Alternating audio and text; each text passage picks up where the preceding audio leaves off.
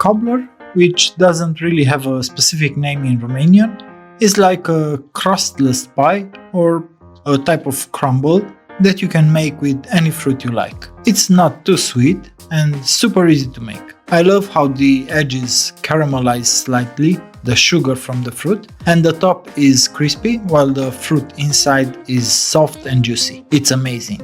Hi, I'm Robert and today we're making cobbler.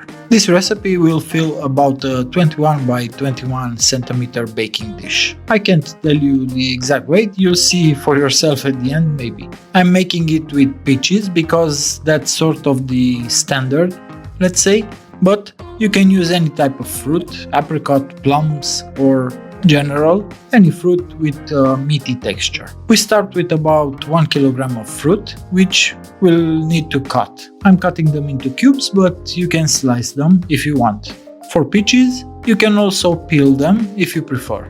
I'm choosing not to. Over the peaches, I'm adding some maple syrup and some brown sugar. Since this isn't a pastry shop style recipe, I'm not going to be super precise with the quantities. Just add more or less to taste. I added about 5 grams of cornstarch, again, a rough estimate. A bit of lemon juice goes in, and if you like, you can add cinnamon or other spices that go well with the fruit you're using. Mix everything thoroughly so the fruit is well coated with all the additions. Pour the mixture into a heat-proof baking dish and place it in the oven at 175 Celsius for about 10 minutes. While the peaches are in the oven, we'll prepare the crust. You'll see how fast this comes together. Start with 150 grams of flour, 60 grams of sugar, 3 grams of baking powder, 1 gram of baking soda, and a pinch of salt. Add 70 grams of cold butter cut into cubes and rub in with your fingers until the mixture becomes crumbly. That's the texture we want.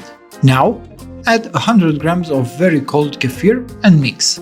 I use a spatula to avoid getting my hands too messy. When the kefir is added, the dough becomes quite soft. Don't overmix, just until the dough comes together. Now, simply grab pieces of the dough with your hands and press them into little patties that you can spread on top of the fruit. It doesn't need to be neat.